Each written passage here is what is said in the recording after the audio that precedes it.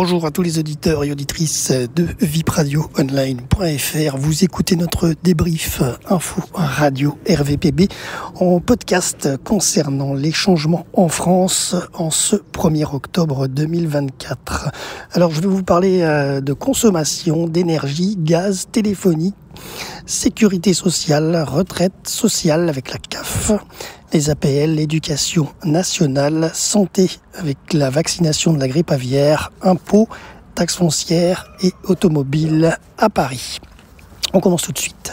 Donc concernant la hausse du prix du gaz, ça fait donc partie des infos concernant l'énergie.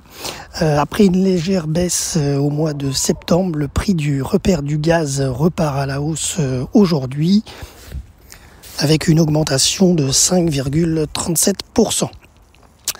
Téléphonie, vous avez peut-être déjà été trompé par un faux conseiller bancaire qui vous appelle et pourtant avec le numéro d'une banque. Eh bien, dès aujourd'hui, les opérateurs de téléphonie mettent en place un système d'authentification de l'origine des appels. Ce dispositif vise à empêcher l'usurpation des numéros de téléphone fixe, également appelés spoofing, qu'il s'agisse de ceux des banques, des entreprises ou des administrations publiques. Ils utilisent un numéro existant, ce qui vous dites, je connais ce numéro, et en fait, c'est des usurpateurs d'identité de numéros de téléphonie. Voilà, personnellement, nous n'avons jamais eu le cas à la rédaction de la radio. Ceci dit, si vous avez des appels intempestifs, rien à voir avec cette info, mais qui correspond aussi à de la téléphonie, vous pouvez utiliser une application qui est gratuite, qui s'appelle Begon, et qui empêche tous les démarcheurs de téléphonie de pouvoir vous appeler. Il suffit de rentrer leur fichier, leur numéro dans votre fichier sur Begon, et vous pouvez le faire. Mais ça, c'est une autre info dans l'info que je viens de vous donner. Voilà. Ensuite, concernant la sécurité sociale, revalorisation des petites pensions des retraités ayant eu une carrière complète. À partir d'aujourd'hui, environ 850 000 personnes vont donc bénéficier d'une revalorisation moyenne de 50,94 € par mois. Concernant le social, on part direction les APL, l'aide personnalisée au logement versée par la CAF, les caisses d'allocation familiale, va être augmentée pour être en adéquation avec la hausse des loyers. En moyenne, les allocataires verront donc leur aide augmenter de 3,26%. On continue avec la CAF. À partir d'aujourd'hui, 5 CAF vont expérimenter la première étape du projet Solidarité à la source dans 5 départements, c'est-à-dire le pré-remplissage automatique des formulaires pour les bénéficiaires. L'idée est de calculer ces aides à partir des données dont disposent les administrations sur le même principe que la déclaration pour le revenu. Ce dispositif concerne le RSA, la prime d'activité, les aides au logement et sera étendu à l'ensemble du territoire national en mars prochain, 2025. Éducation nationale, c'est les derniers jours actuellement pour effectuer une demande de bourse au collège et au lycée pour les familles qui sont éligibles. Elles ont jusqu'au 17 octobre pour le faire et jusqu'au 31 octobre pour les élèves inscrits via le CNED. En revanche, pas besoin de faire quelques démarches que ce soit pour les familles ayant l'étude automatique de leurs droits. La bourse est donc versée automatiquement s'ils sont éligibles. Autre info dans l'éducation nationale, la Meurthe-et-Moselle expérimente dès ce mardi un revenu d'émancipation jeune de 500 € pour des personnes de 16 à 25 ans. L'aide financière versée mensuellement sur une période de 6 mois s'accompagne d'un suivi, je cite, clé de voûte du dispositif qui lui donne sa raison d'être. Fin de citation. Selon le conseiller départemental chargé du projet, l'accompagnement sera donc progressif et organisé sur un premier semestre pour rencontrer les jeunes, créer un lien de confiance et penser un projet. Les 6 mois suivants devront voir la mobilisation concrète du bénéficiaire. Je répète, il s'agit donc du revenu d'émancipation jeune. Et ça se déroule en expérimentation en Meurthe-et-Moselle.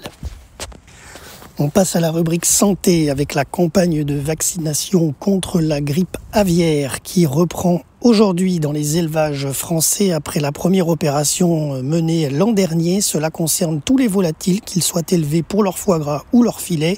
Le vaccin contre cette maladie ne se transmet pas à l'homme. Il est aujourd'hui la seule solution pour éviter la propagation de la maladie et donc de l'euthanasie pour tout un cheptel à partir de la contamination d'une bête. Cette vaccination est prise en charge par l'État à hauteur de 70%.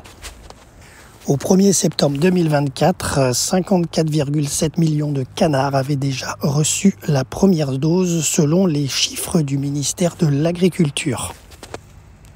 On passe aux impôts avec la taxe foncière. Elle est à payer avant le 15 ou 20 octobre donc sur le site impôts.gouv.fr. C'est pour les propriétaires d'un bien immobilier, rappelons-le, et ils peuvent payer par virement, par espèce ou par chèque, uniquement si le montant est inférieur à 300 €.